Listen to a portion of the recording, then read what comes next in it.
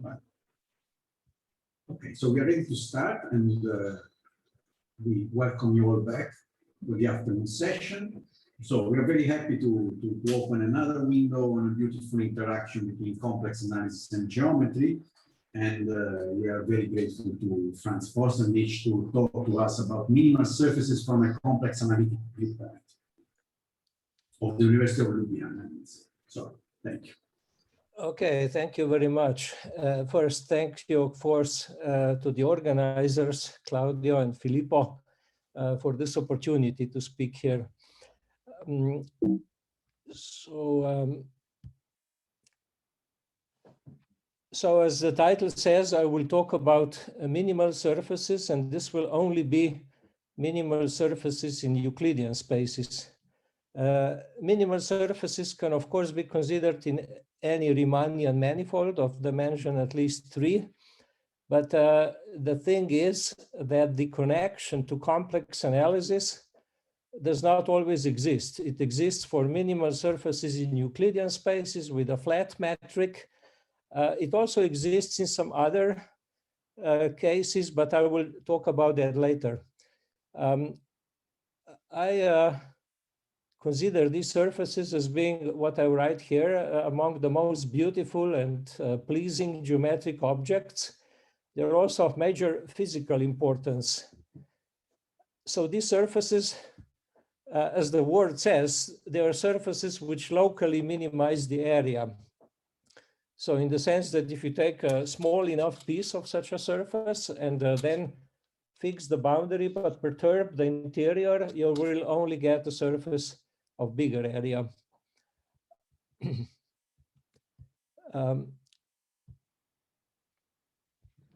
They also appear due to laws of physics, naturally in the physical world. For example, a soap film spanned by a given closed curve in space assumes the shape of a minimal surface. So this means if you dip a wire into some soap, thick soap, and you take it out, you will get a membrane which will have the given boundary contour, and inside the shape will be of a minimal surface.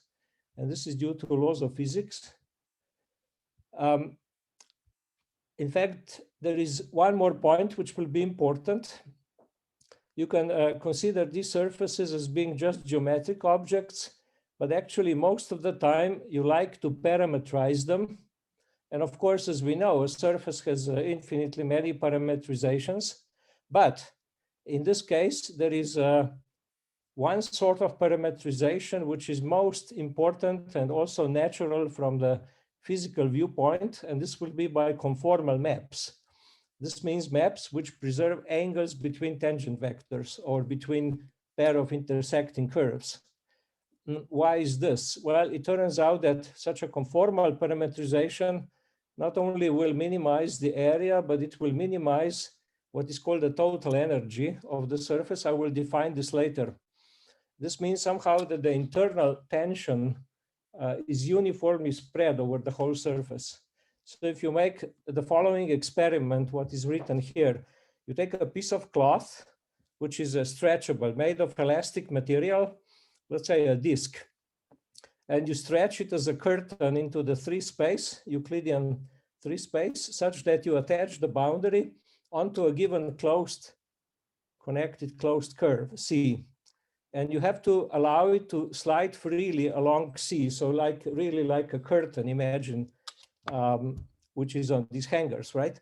And then it will assume the shape of a minimal surface and the position of points from the original disk. If you look at where do individual points go, well, they will form a conformal parametrization of the surface by this disk. This will no longer be true if you attach the boundary in a fixed way and you don't let it slide. Then, of course, you cannot always achieve a conformal parametrization. So indeed, such experiments, which I have been telling you about with soap bubbles as curtains, were conducted first by Joseph Plateau back in 1873, so 150 years ago. And these surfaces gave rise to the very famous problem, the so-called Plateau problem, which asks whether, take any Jordan curve in R3, maybe a smooth one, maybe just topological? Will it span a minimal surface? In fact, a minimal disk. And in fact, it will. But this question was not very easy. It was answered only about 50 years later. And then the question of regularity of such surfaces is even more subtle and was dealt and was answered much later towards in the 1980s by several people, in particular Mix and Yao, who had theorems about that. Okay, so after this introduction, let me say what I will really talk about. So here you see a book, and this book, I mean, a front page of a book. This one was published just a few months ago, in March of this year. So everything I'll talk about is covered very adequately in this book, and of course, much more. Today, I will give a very soft, very, how to say, undergraduate level introductory lecture and describe the background. So some of the points of view which I will present today are really very elementary, and I have tested them on my undergraduate students. Last semester, I taught a course in calculus of variations, and these students didn't have exposure to differential geometry. So I thought for a long time, how could I present this in such a way that I don't do many calculations which are usually in the books. If you consider standard textbooks, you usually have to learn a lot of differential geometry before you can enter the subject. Finally, I came up with a presentation, which I will also show you here. Then the main lecture, tomorrow I will talk about these 2 points. So some of the main results, these results are all obtained by complex analytic methods, but I should say that they're also inspired by complex analysis. It's because complex curves in Euclidean spaces or in complex manifolds, they are minimal surfaces, and questions which have been considered for such curves are kind of guidelines for what we have been doing here. I will spend some time on this famous problem, the Calabi-Yau problem. This is not about Calabi-Yau manifolds, but it's a Calabi-Yau problem for minimal surfaces. I will talk about this tomorrow. And finally, my last lecture on Thursday will be about a very recent result from a few months ago, which is a Schwarz-Pick lemma for minimal surfaces. So this is kind of an analog of holomorphic Schwarz-Pick lemma, estimating the derivatives of minimal surfaces inside the ball. I wish to thank my colleagues who are, I should say that 10 years ago, I knew absolutely nothing about a minimal surface beside the definition. And on that happy occasion, it was actually 4th of July, of all dates, 2011. I received a very nice invitation, a message from a letter from Antonio Alarcón and Francisco Lopez from Granada in Spain. We did not know each other, but they wrote me a very nice letter and said, well, in fact, it was to Erland Wald and myself. And they said, well, we have read some of your articles, and we think that these methods which you have been developing, and this was about embedding Riemann surfaces into the Euclidean plane, a problem which is still wide open.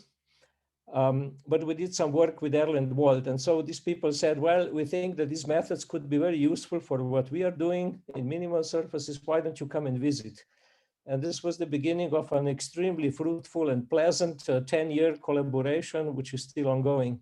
Later, I drew into the subject some of my other colleagues. Here is Barbara Drinovec, my colleague in Ljubljana. The most recent result is the Schwarz-Pick lemma, which I did with David Kalaj from Montenegro. And I also drew Finnur Lárusson into some of these projects.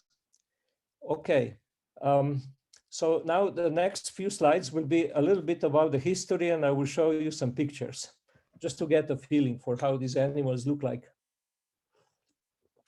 So probably these questions about minimizing area and so forth, they have been considered in ancient world, in Egypt, in Greece, and so on.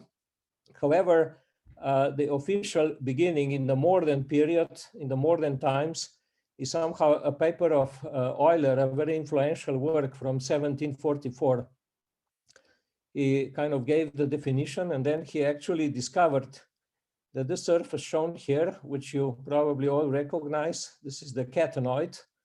It is the curve which you get if you rotate the catenal curve. This means the graph of the hyperbolic cosine function in the plane, and then you rotate it in the 3 space. So you get this equation in R3.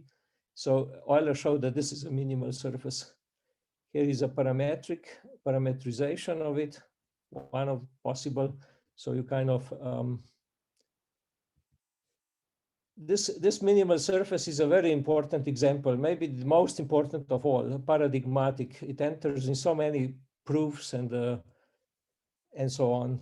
So besides another surface, which I will show you later, which is called a Nepper's surface, it has been classified as the only complete. Okay, complete, this word will be important. I might as well say here what this means. A surface is called complete if when you take, so it's surface sitting in Euclidean space, say, then you take the Euclidean metric on the ambient space and you restrict it to the surface. So you get a Riemann metric. And if this metric is complete, then the surface is called complete. So this just means that if you define the distance function using this metric by integrating along shortest along geodesics, right? Then this distance function is a complete metric space. Or you can also say that if you want to run to the end of the surface, the surface, of course, cannot be compact. So if you take any curve in the surface, which is divergent, this means that it departs from every compact subset. It kind of goes towards the boundary. Even if you don't have the boundary, you can just think that it goes out of all compact sets. Then every such curve, when you look at its length in the Euclidean space, it is infinite. Okay, so the surface is anyway proper. So it goes to infinity. And of course, anytime we have a proper surface, it's complete. Non-flat just means it's not lying in a plane. Orientable, it's clear. So it's the only complete non-flat orientable minimal surface in R3, which has the smallest absolute value of the total Gaussian curvature. This means if you integrate the Gaussian curvature, I will also talk about this later, you get 4 pi.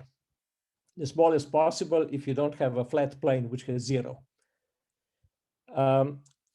Then the subject was revolutionized sort of by Lagrange in 1762. This was Lagrange's important work on calculus of variations, of which this is a beautiful example.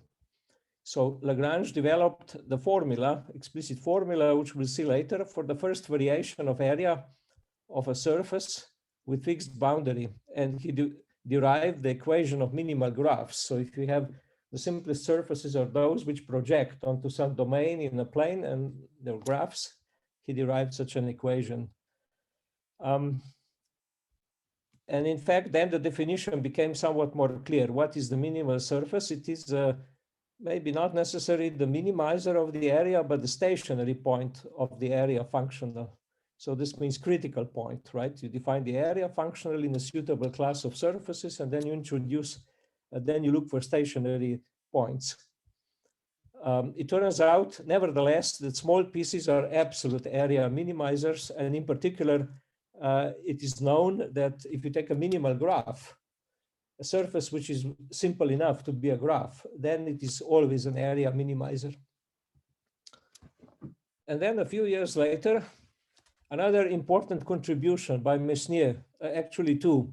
First of all, he showed that minimal surfaces have a very simple geometric characterization, namely their mean curvature vanishes at every point. So a surface in R3 is minimal if and only if its mean curvature function vanishes at each point. So what's the mean curvature? I will define later, but it's clear, right? If you have a surface in R3, at each point, it has two principal curvatures. This means directions in which the surface is most curved. And the sum of these two curvatures equals to 0. So it's sort of, each point is a saddle point. It's curved in the same way, in opposite directions, but for the same amount. And then he also showed that the helicoid is a minimal surface. So helicoid is a very simple surface. You take a line, you rotate it with a constant speed, and you at the same time displace it in the orthogonal direction along the axis of rotation. Here is one possible parametrization. And then much later, Catalan showed that these two surfaces, actually not these two, the helicoid and the plane are the only minimal surfaces which you can get which are ruled, meaning that they are filled by lines, by straight lines. Here is another beautiful example, and this one is also important. Actually, there are two surfaces which are called Scherk's surfaces. They were discovered by Hermann Scherk in the same year. This is the first of his surfaces. They were the first newly discovered surfaces since Mesnier. This one is important. So it's doubly periodic, as you see in the picture.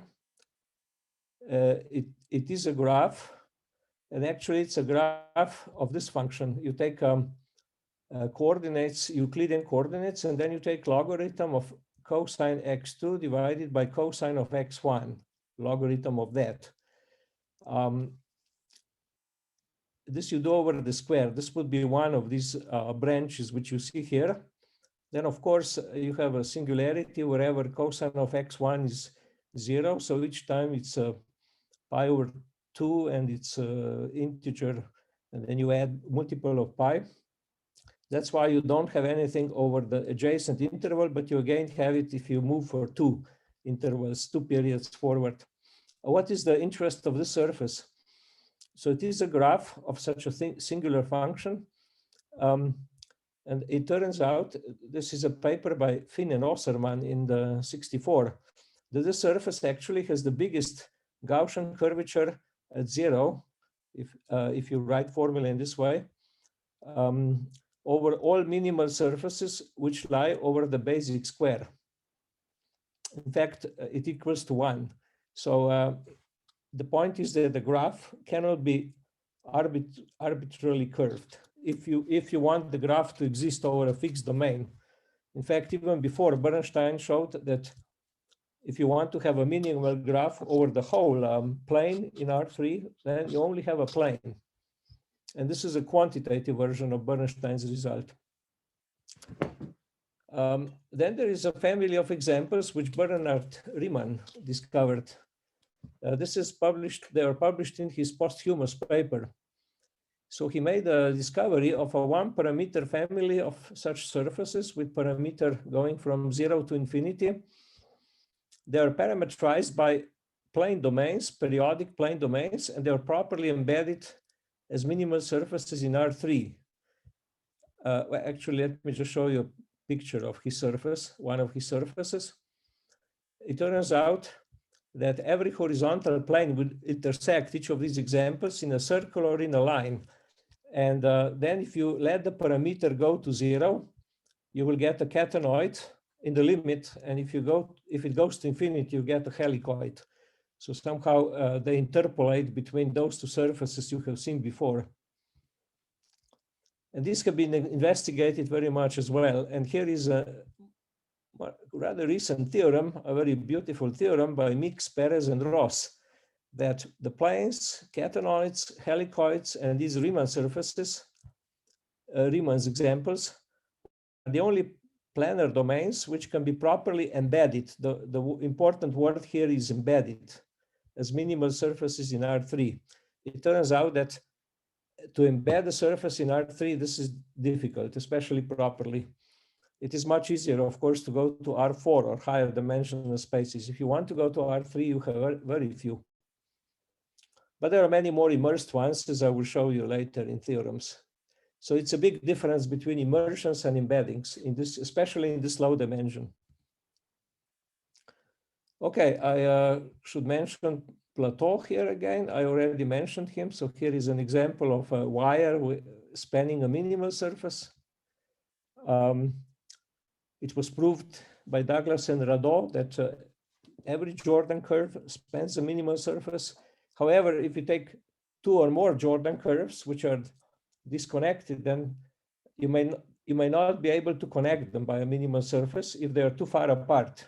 So each of them individually will span something, but maybe not together. It should also be said that there is nothing unique about such surfaces. Namely, I mean, in complex analysis, we are used to the fact that rather few Jordan curves for instance, in C2 or in CN, rather few of them span a holomorphic curve, right? This is very special. But if it does, then it's unique. The curve is then unique, the complex curve. Here it's different. Everybody spans it, but they're not unique. Franz, sorry. Yeah. There is one question. Can you please, the question is whether you can please say the definition of properly embedded. Properly just means that when the point in the surface, you have abstract surface, when the point in the surface goes to the boundary of the surface somehow, then the image point in the Euclidean space goes to infinity. A topological definition of a proper map is a map between two topological spaces with satisfying the condition that the inverse image of any compact set in the target space is a compact set in the domain. So every continuous map maps compact sets into compact sets, but the pre-images are usually not compact, and if they are, then this is called proper. But you should just imagine that that there is somehow no finite boundary, that it goes to infinity. Okay?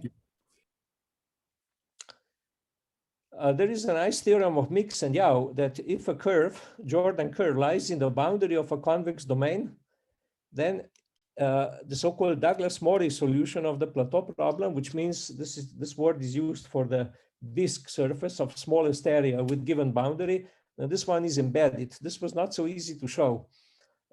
I mean, Douglas and Radot proved that, okay, every Jordan curve spans a minimal surface, but then the question was, can it have singularities? Can it have self-intersections and so forth? And in general, it can, but then always there is a solution, at least if gamma lies in the boundary of a convex domain, there is a solution which is embedded, but these theorems are difficult. One more picture just for the sake of it. It's such a nice art object that I would like to have in my house. There are also non-orientable minimal surfaces. So the first one that was discovered, and I'll show you the picture in the next slide, was by Henneberg. So he described it in 1875. His surface has a branch point. So it's not embedded, it is a singular at one point.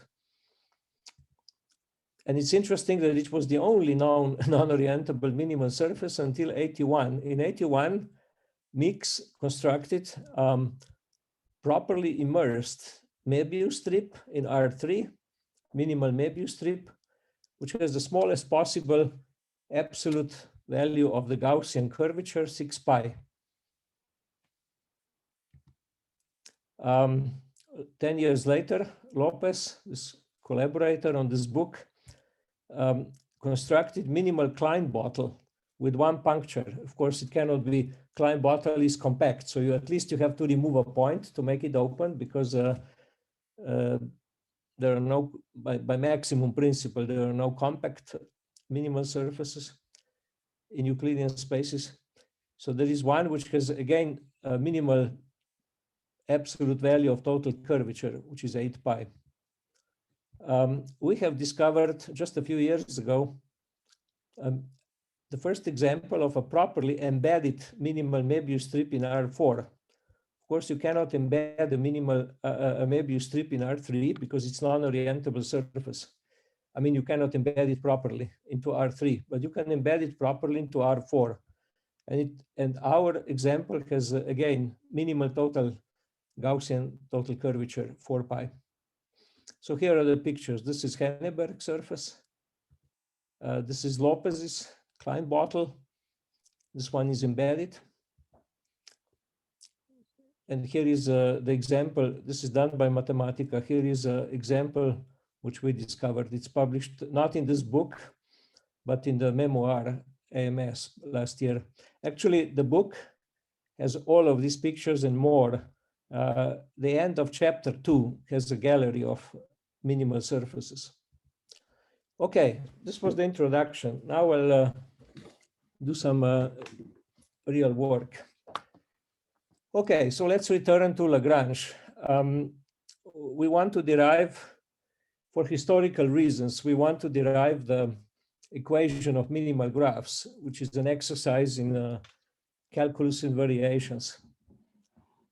This is what I did with my students last semester.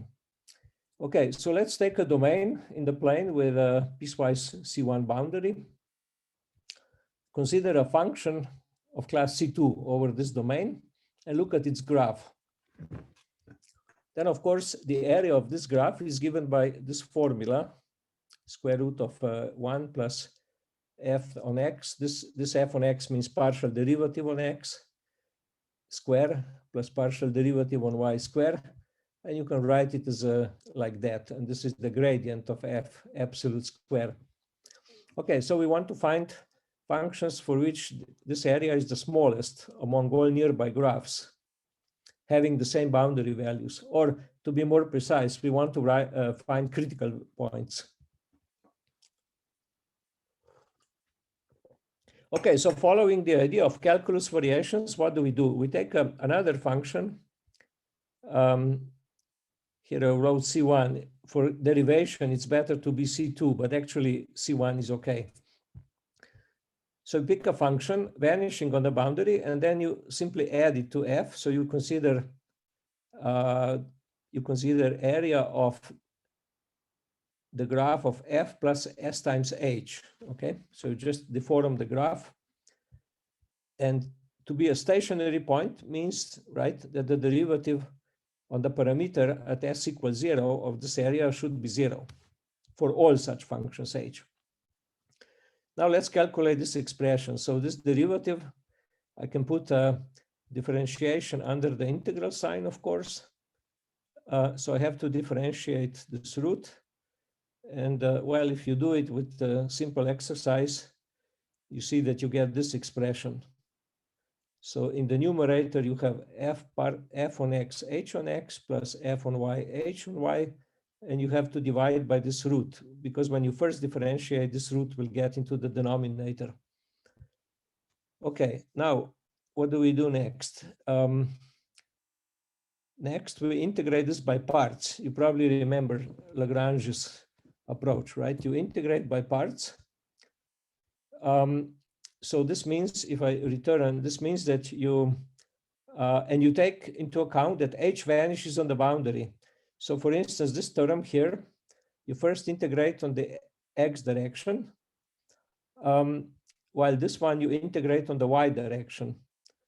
Okay, and the result will be that you will remove this derivative from h and you will put it on the other factor, which is this quotient, f on x divided by this square root. And likewise, if you do this exercise on this factor, you put the y derivative on the other factor with a minus sign. Okay, so the upshot is this one.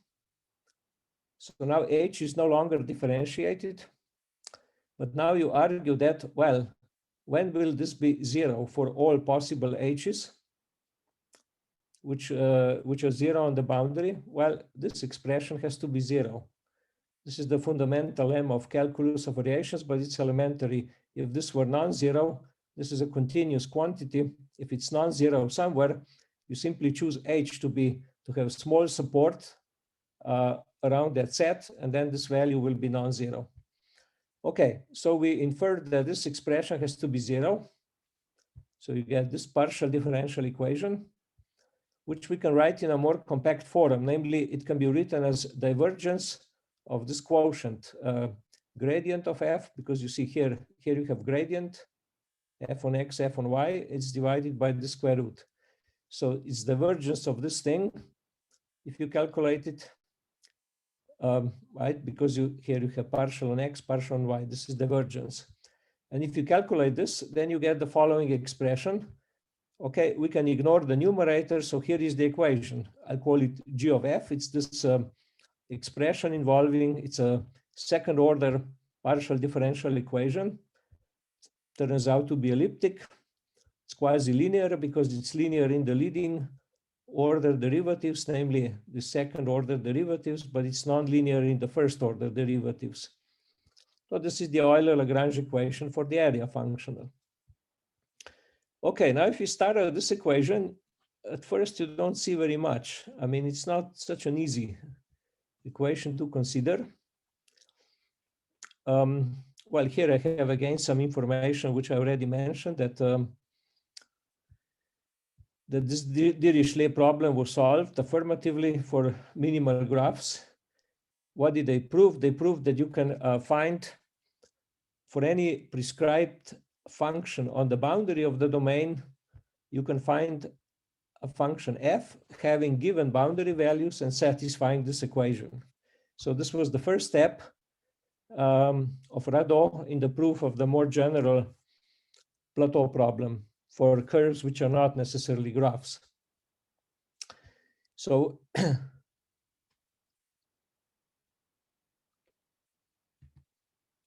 here in the last sentence, I think the question is it unique? It is unique if the domain on which you work is convex, but in general, it need not be unique. So in this case, when domain is convex, then it is also an absolute area minimizer, the surface. Okay. Now, the next thing I want to explain is the geometric meaning. So I would like to explain Messier's theorem, namely connection to mean curvature. So if you excuse me, I'm going to make now this very elementary overview of how you really, I mean, I won't assume that you know anything about curvature, but I will introduce it for curves and for surfaces.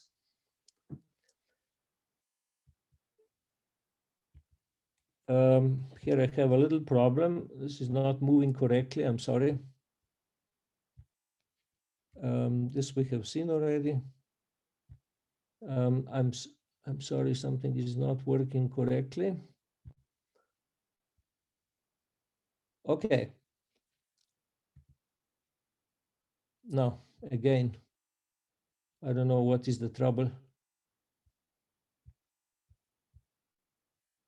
Okay, let me go like that. Sometimes the Zoom changes my function keys on the computer, and I haven't figured out why. But if I use these arrows on the PDF, it will work. Okay, so here is the Euclidean metric written in coordinates.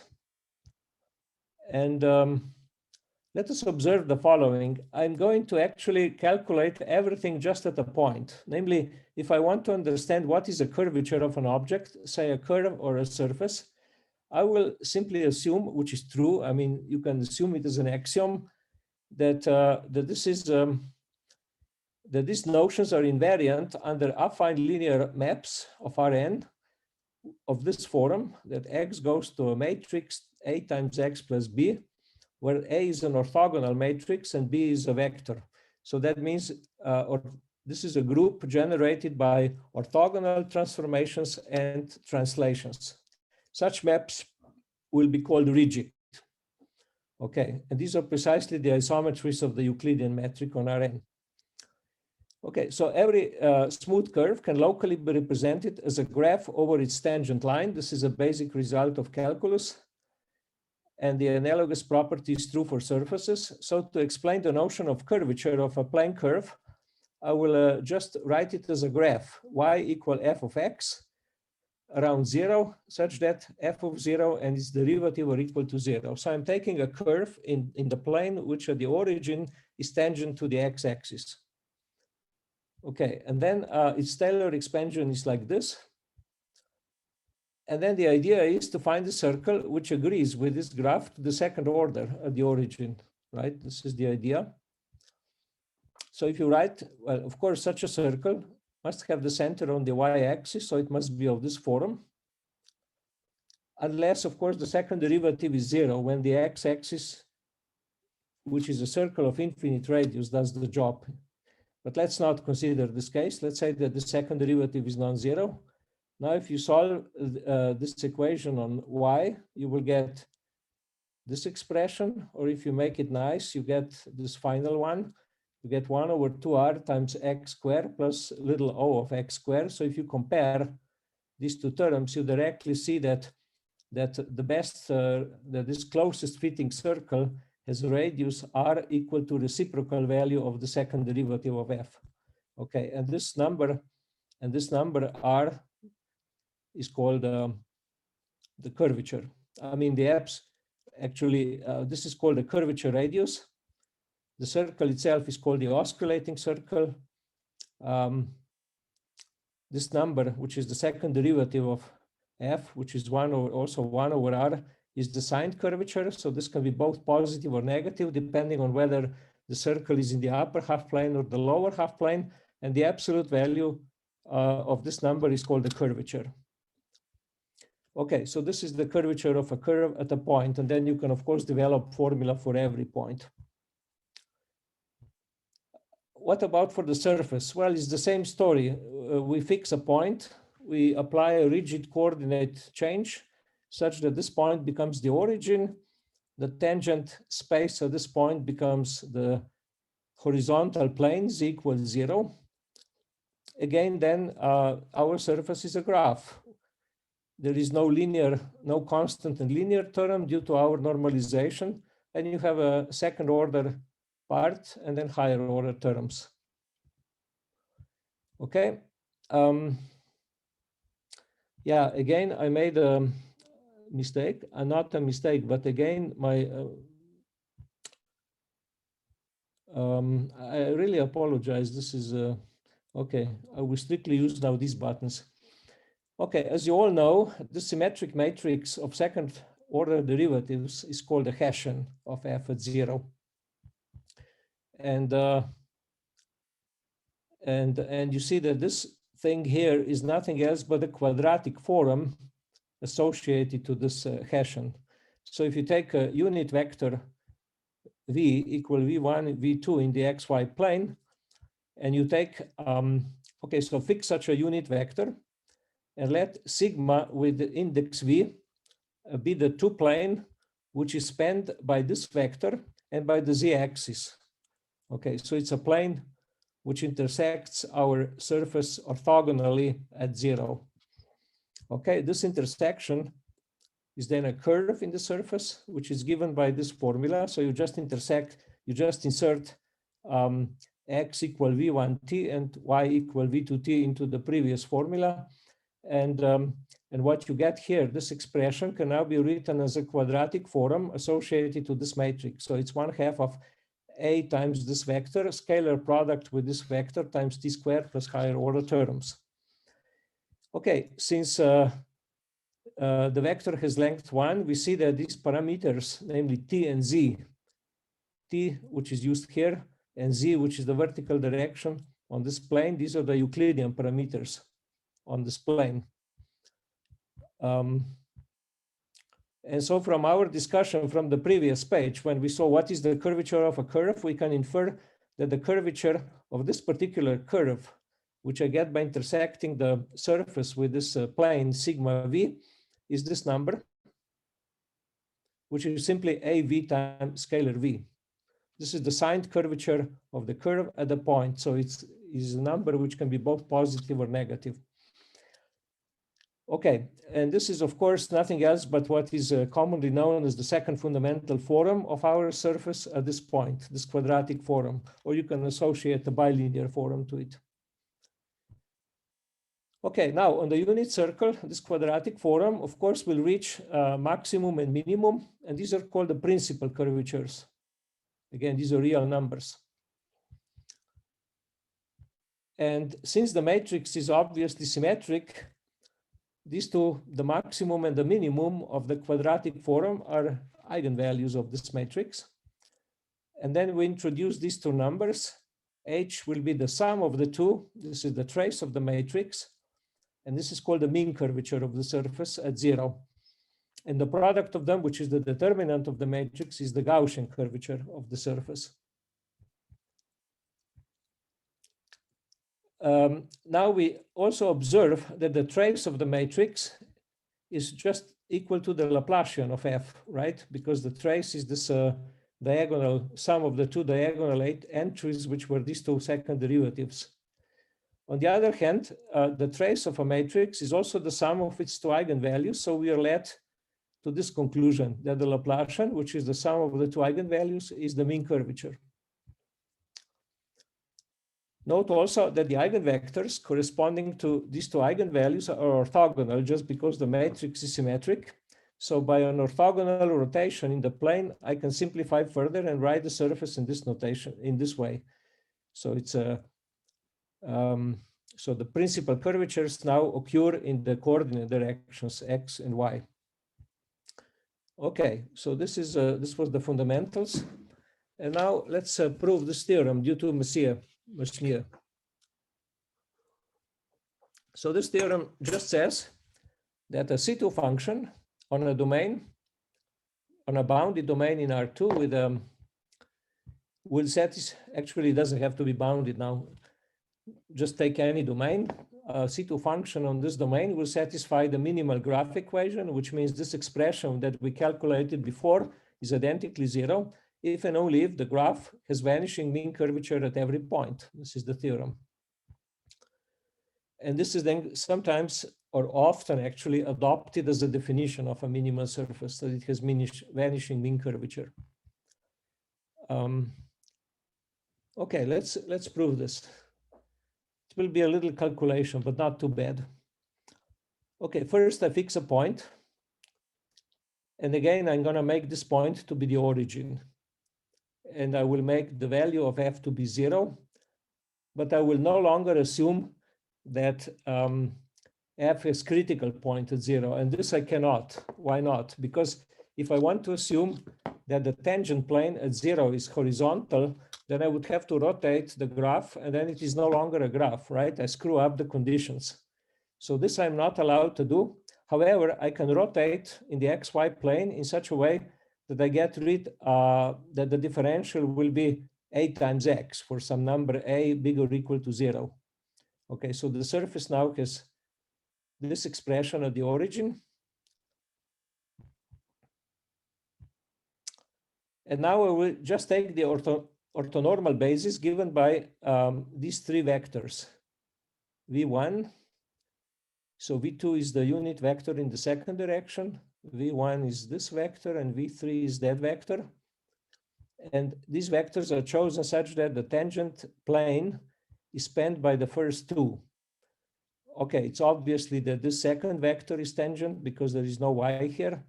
And also you see that the way I chose this vector, that this vector is actually tangent to this plane because derivative of f on x is equal to a, and this a enters here because f is equal to z, right? So the first two vectors span the tangent plane, while V3 is then chosen to be orthogonal to them, which you can also check immediately that V3 is orthogonal to these two. So it's normal to the tangent plane. Okay, now I'm going to choose different set of coordinates, u, v, w, in R3, which is related, which is spanned by these three vectors. So the original Euclidean coordinates are now related to the new coordinates in this way. Okay, so this is new coordinate system based associated to this orthonormal basis. And if I use these three coordinates, then the surface actually becomes of a very simple graph. Namely, it becomes the graph W is equal to G of UV, where G is equal to 0, and also the differential of G is equal to 0. And in such case, we see immediately that the mean curvature of S at 0 equals to Laplacian. I mean, this was from the previous page. We saw that if we have such a graph, such a simple graph, then its mean curvature is simply the Laplacian of the graphing function. Okay, so this is H. So what it means now to prove the theorem, I have to relate this quantity, the Laplacian of G, to this expression here, to this differential expression for F. Okay, and this is now done. Okay, so we have to express G in terms of Laplacian of, we have to express G of F in terms of Laplacian of G. Now, okay, in coordinates x, y, z, let's go now back to coordinates x, y, z. The surface is just parameterized in this way. X becomes this expression, y is v, and z is that. You just set in. Okay, and also, because S is given also by this equation, so what we have is this identity, namely Z, which is this quantity, and Z is given by this. So I multiply with this number now, with this root. So Z multiplied by this square root of 1 plus A square becomes AU plus G of UV, which is this.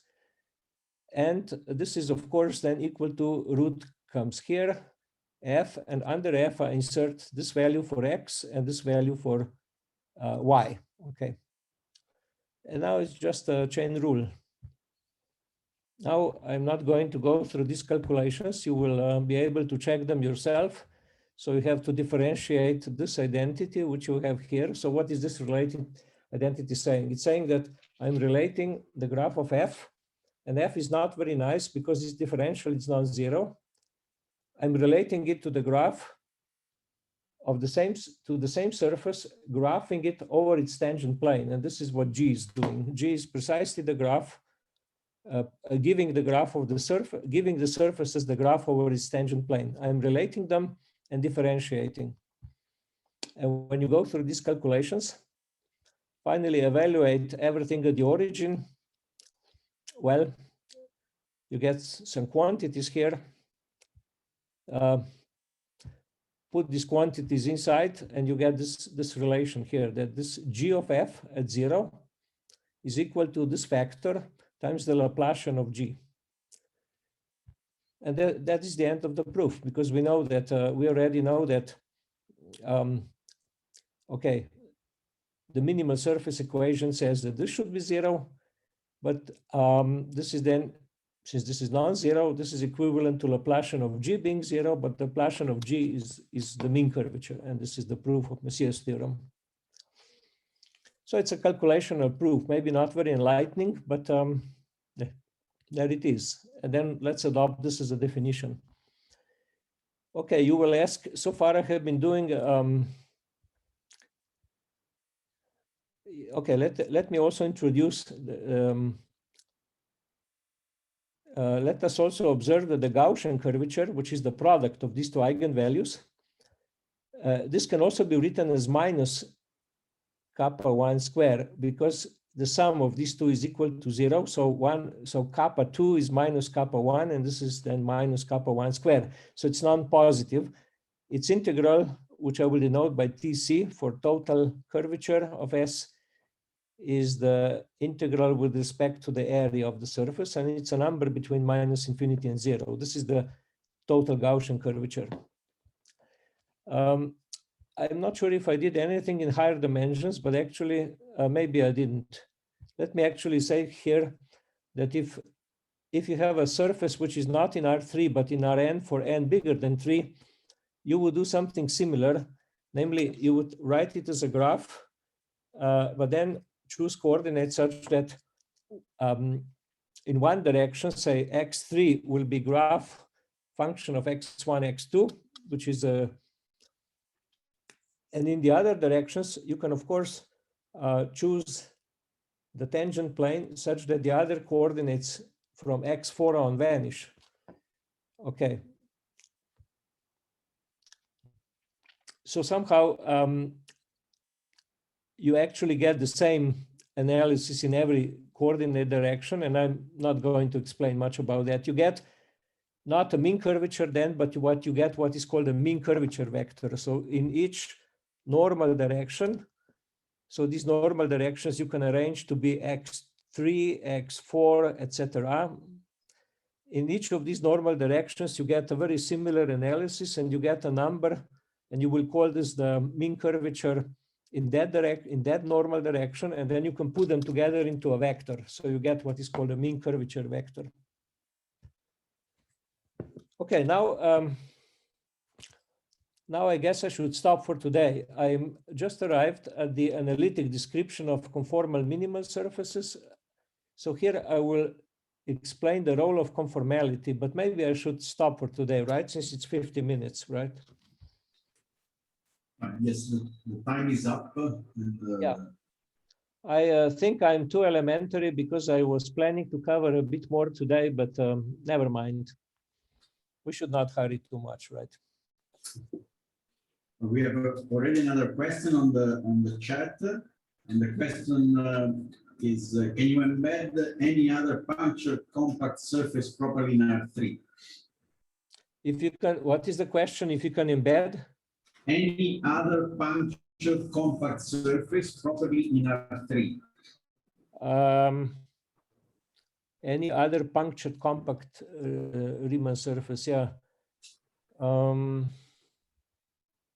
You mean other than what I have shown? I think you can, but let me think until tomorrow about this question. I think that you can, but I'm not sure at the moment.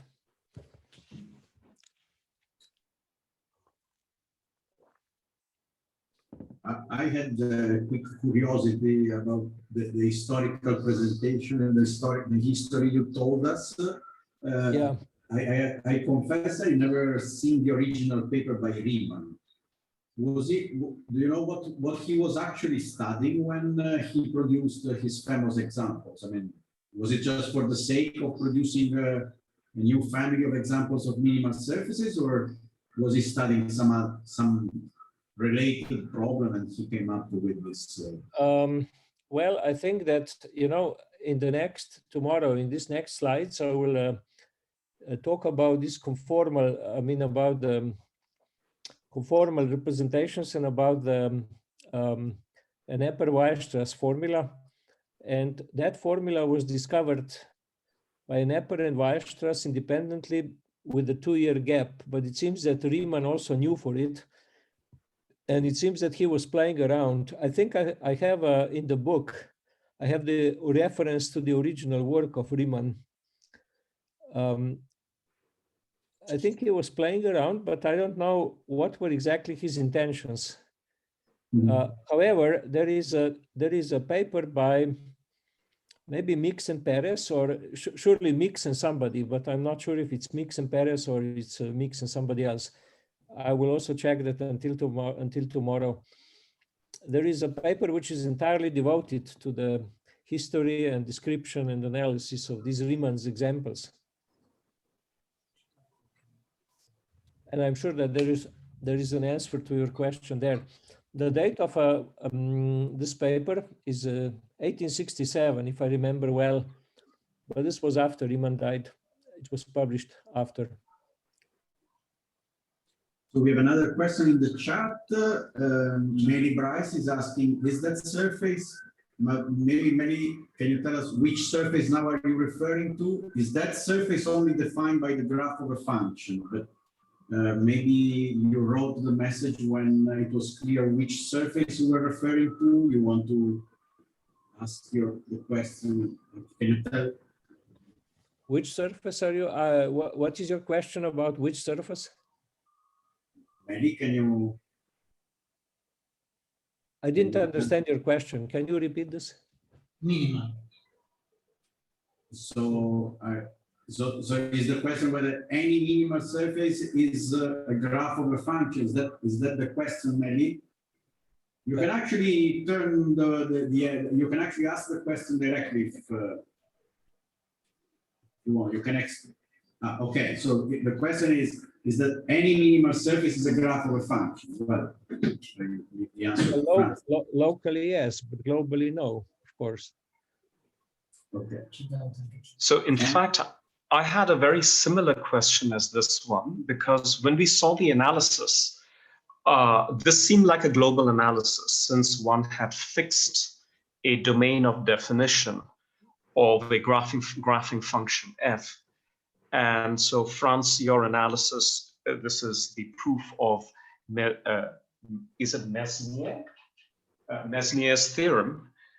showed that the solution to the Euler-Lagrange equation, a solution to the Euler-Lagrange equation gives a graph where the mean curvature is 0 and conversely. Of course, you then said that the definition of a minimal surface in R3 is that the mean curvature is everywhere 0. Well, this is one possible definition. Yeah. You can, I would say that, well, people use many definitions. If you look at there is a survey paper by Mix and Perez from 2004, where they give even more than this number of definitions, which are of course all otherwise equivalent. So I would say historically it was probably like this, that Lagrange, doing his calculus of variations, considered surfaces with boundary and found the variational formula, which I didn't show you. I showed you the one for graphs, but the more general one is just that the first variation is in some direction is equal to the integral of the scalar product of the mean curvature vector with that given vector field, and then you integrate over the surface. Anyhow, so this was the derivation of the minimal graph equation. Yeah. Then I said that the actual solution of the minimal graph equation exists if you have a domain with a sufficiently nice boundary, and it's a bounded domain, and that is a graph. But I also said that you cannot have, that if you look at the graph over some given domain, then the curvature at an interior point has an upper bound, which is really just determined by this point in the domain. This was the example of the Scherk surface, which I said, okay, it exists. So the precise question to which Finn and Osserman gave an answer is that if you fix, for instance, the disk, you can take the unit disk if you like. Now you ask, what is look at all minimal surfaces which are graphs over this disk. Okay, take the center point, and in fact, take the center point of the disk and ask how big can the Gaussian curvature at this point be? And it turns out that there is a uniform upper bound, and this upper bound, if you also choose the surface such that the center point is the tangent plane is horizontal at the center point, and they have the precise value, which is something like 4/pi or some very precise value. And that is reached by the Scherk surface. Mm-hmm. Yeah. Okay, so that tells you that, well, and also examples, you have so many examples of surfaces which even the catenoid, for instance, is not a graph, right? Or the helicoid is not a graph globally. Right. So, yeah. So in fact, the demonstration that we saw is in fact the demonstration of the statement that any small patch of a minimal surface is a critical point for the area functional, right? Yeah, you can, actually the story is this. You define, if you have surface with boundary, you can clearly define what is the stationary point of the area functional.